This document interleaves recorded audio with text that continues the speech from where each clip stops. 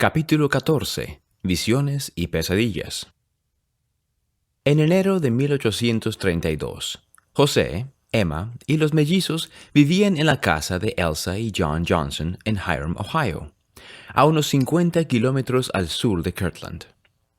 Los Johnson tenían más o menos la misma edad que los padres de José, por lo que la mayoría de sus hijos se habían casado y se habían mudado de su espaciosa casa de campo, dejando mucho espacio como para que José se reuniera con líderes de la iglesia y trabajara en la traducción de la Biblia.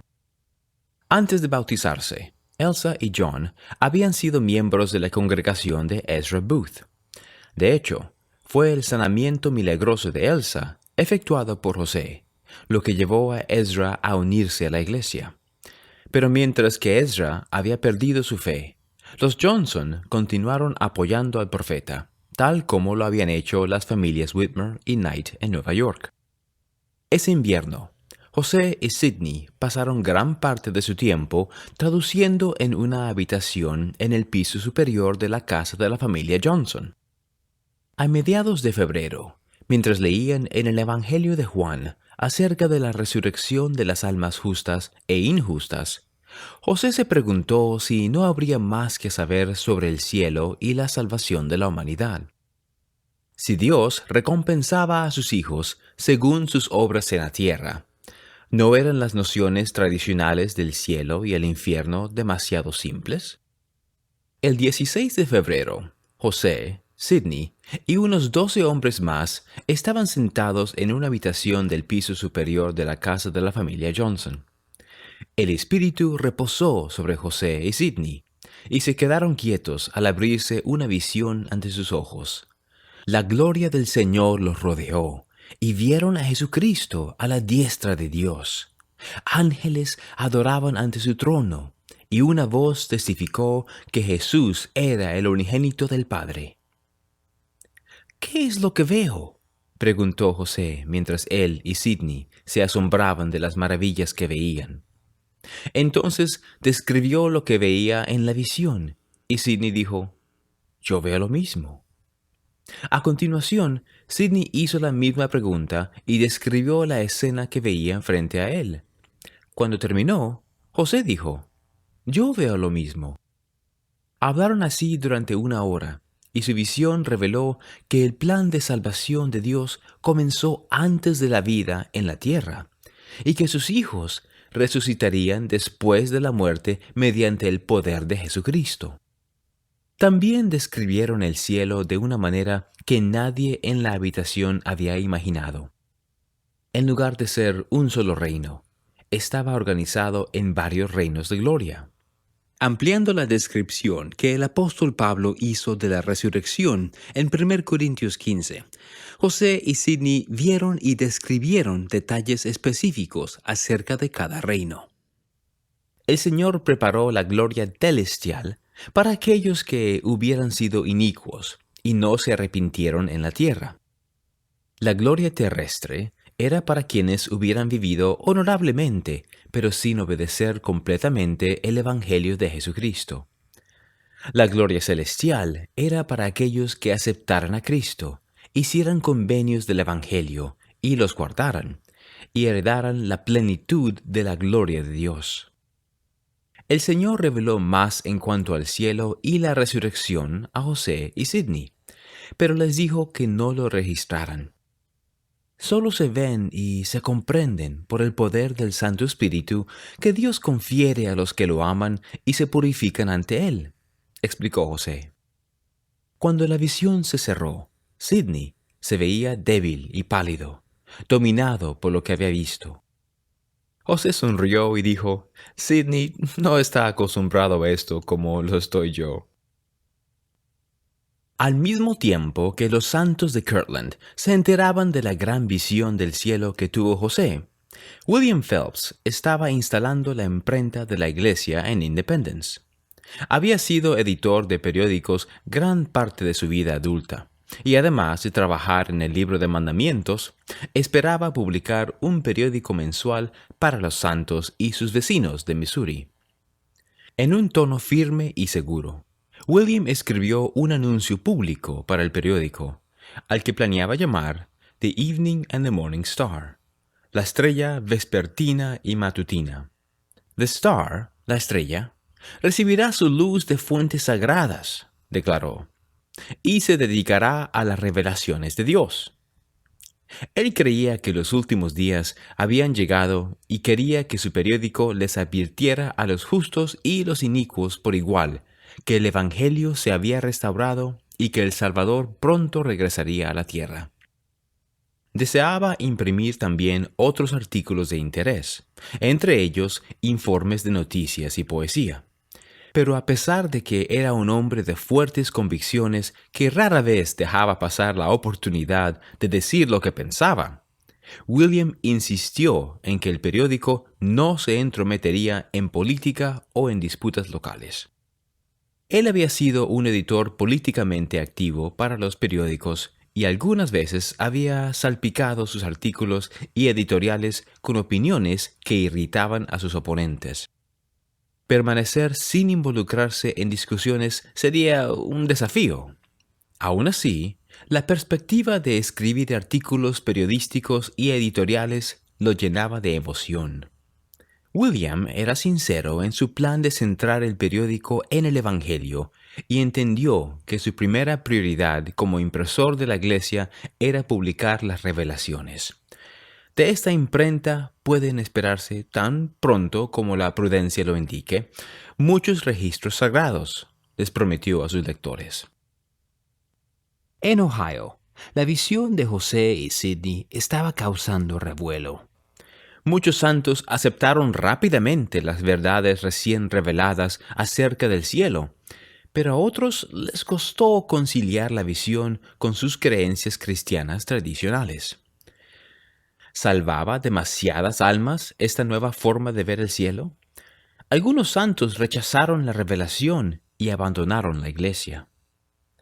La visión inquietó aún más a algunos de sus vecinos, quienes ya estaban molestos por las cartas que Ezra Booth había publicado en un periódico local. A medida que las cartas propagaban las críticas de Ezra contra José, otras personas que habían sido miembros de la iglesia se sumaron a ellas, planteando preguntas en la mente de las personas cuyos familiares y amigos adoraban con los santos.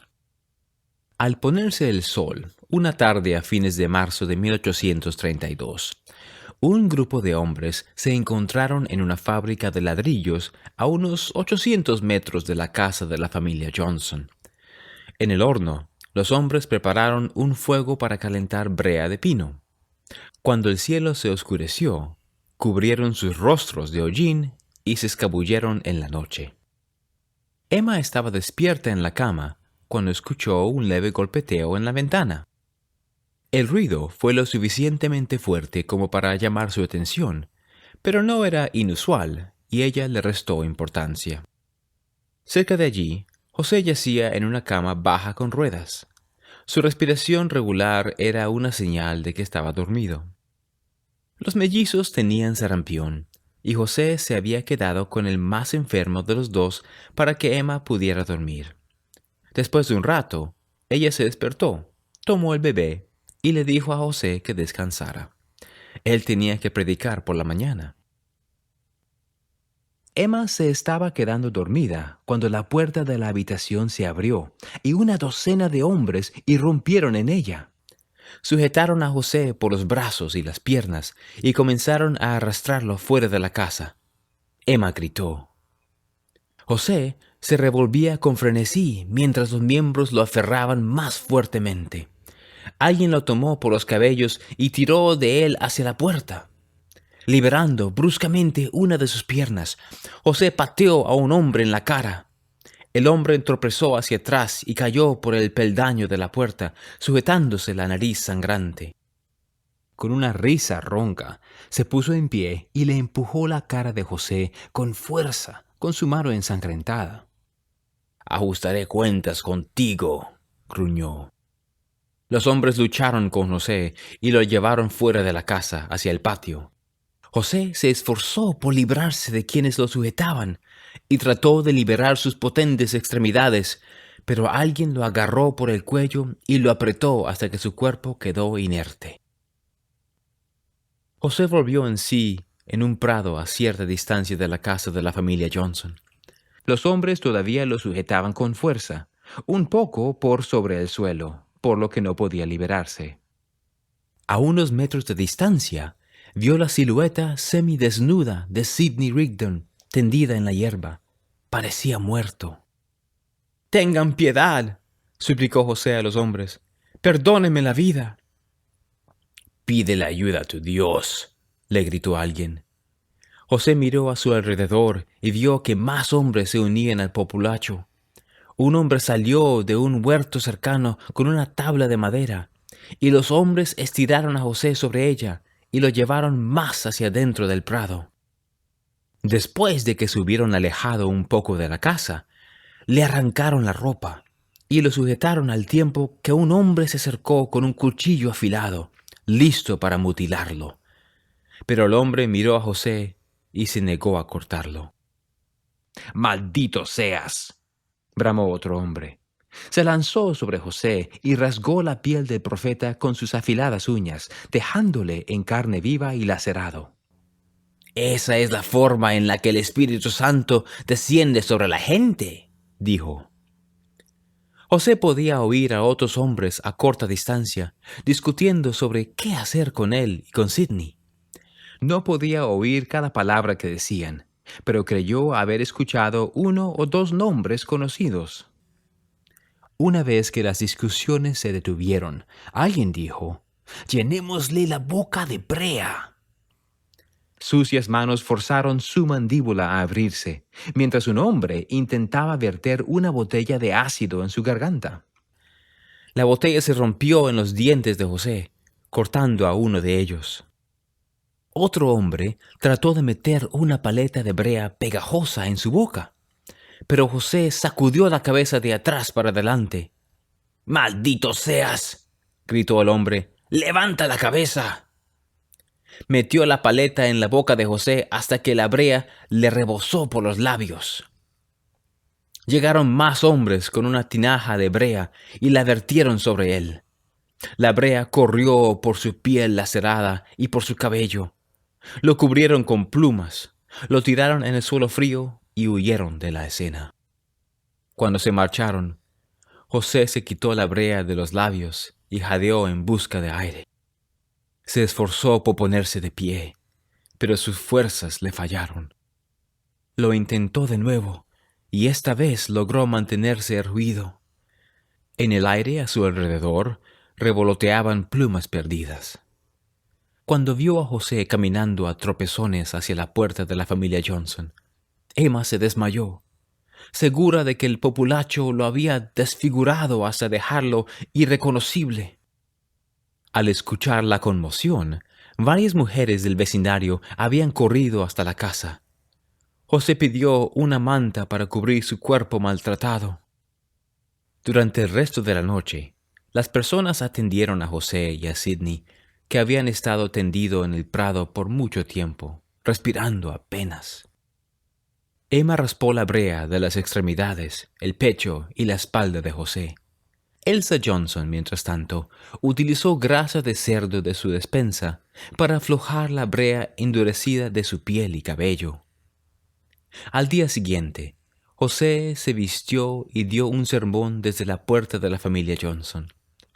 Reconoció a algunos de los hombres del populacho entre la congregación, pero no les dijo nada.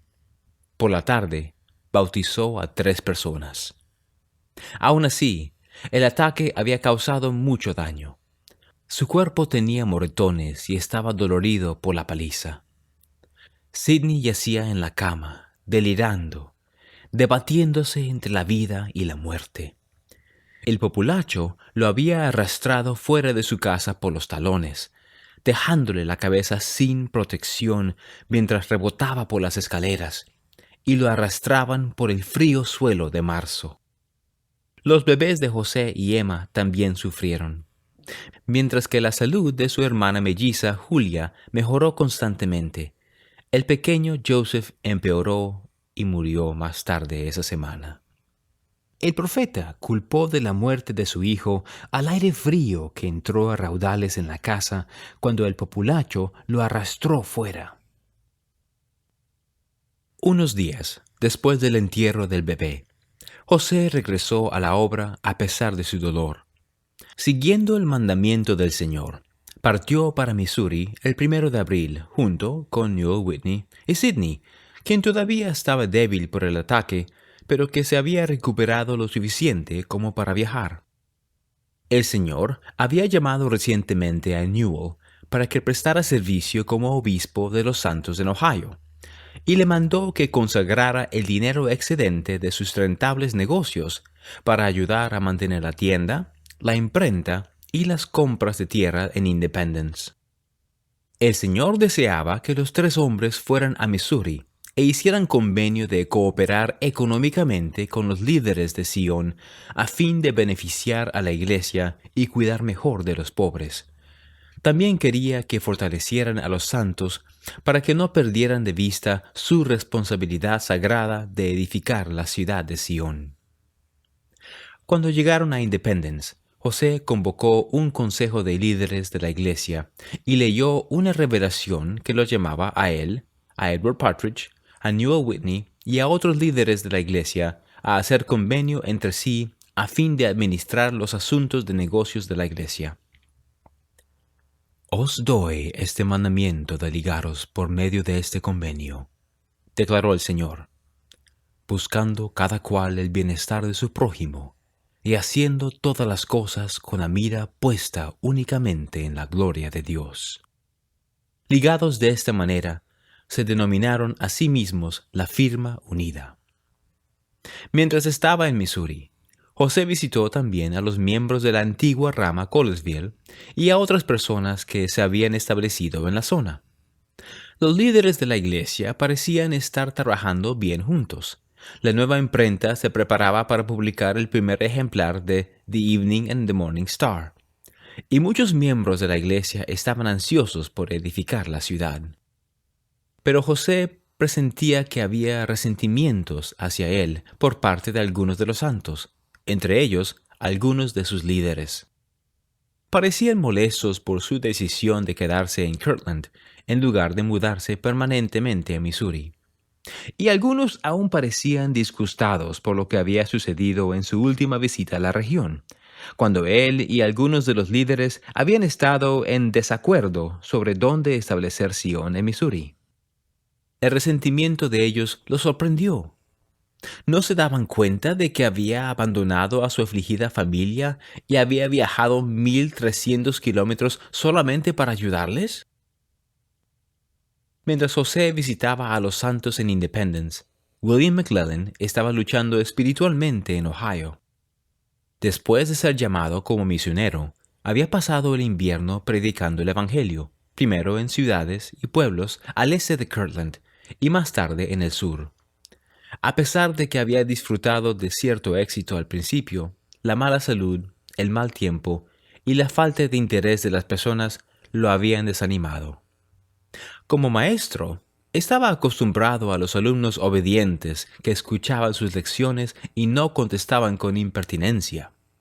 Sin embargo, como misionero, a menudo estaba en conflicto con personas que no respetaban su autoridad. Una vez, mientras daba un largo sermón, fue interrumpido varias veces y lo llamaron mentiroso. Después de varios meses de fracasos, comenzó a cuestionar si era el Señor o José Smith quien lo había llamado a una misión. Incapaz de resolver sus dudas, abandonó el campo misional y encontró empleo como vendedor en una tienda. En su tiempo libre, examinaba minuciosamente la Biblia, buscando evidencias del Evangelio restaurado, y discutía con escépticos acerca de religión. Con el tiempo, optó por no regresar a su misión. En cambio, se casó con una miembro de la iglesia llamada Emmeline Miller y decidió acompañar a un grupo de unos 100 santos al condado de Jackson, donde había tierra fácil de obtener. En una revelación a José, Dios había reprendido a William por abandonar su misión, pero éste creía que podría comenzar de nuevo en Sion. Sin embargo, él quería hacerlo de acuerdo con sus propios términos. En el verano de 1832, él y su compañía se mudaron a Missouri sin una recomendación de los líderes de la iglesia, la cual el Señor requería que obtuvieran los santos que emigraban, a fin de que Sion no creciera demasiado rápido y forzaran los recursos al límite. Cuando llegó, tampoco fue al obispo Partridge para consagrar su propiedad o recibir una herencia. En cambio, compró 2 lotes del gobierno en Independence. La llegada de William y los demás abrumó al obispo Partridge y sus consejeros. Muchos de los recién llegados eran pobres y tenían poco para consagrar. El obispo hizo todo lo posible para que se establecieran, pero fue un desafío organizar casas, granjas y empleo para ellos mientras la economía de Sion todavía era precaria. Sin embargo, William creía que su gran compañía cumplía la profecía de Isaías de que muchas personas vendrían a Sion. Encontró trabajo como maestro de escuela y les escribió a sus familiares acerca de su religión. «Creemos que José Smith es un verdadero profeta o vidente del Señor», testificó, «y que tiene poder y recibe revelaciones de Dios, y que esas revelaciones, cuando se reciben, tienen autoridad divina en la Iglesia de Cristo». No obstante, tales ideas estaban empezando a poner nerviosos a sus vecinos de Missouri, especialmente cuando oyeron a algunos miembros de la Iglesia decir que Dios había designado a Independence como el lugar central de su tierra prometida. Con la llegada de la compañía de William, los santos de Sion llegaron a ser alrededor de 500. Los recursos ya escaseaban, lo que hacía aumentar los precios de los productos locales. «Se están aglomerando», dijo una mujer al observar que más santos se instalaban a su alrededor. «Pienso realmente que deberían ser castigados».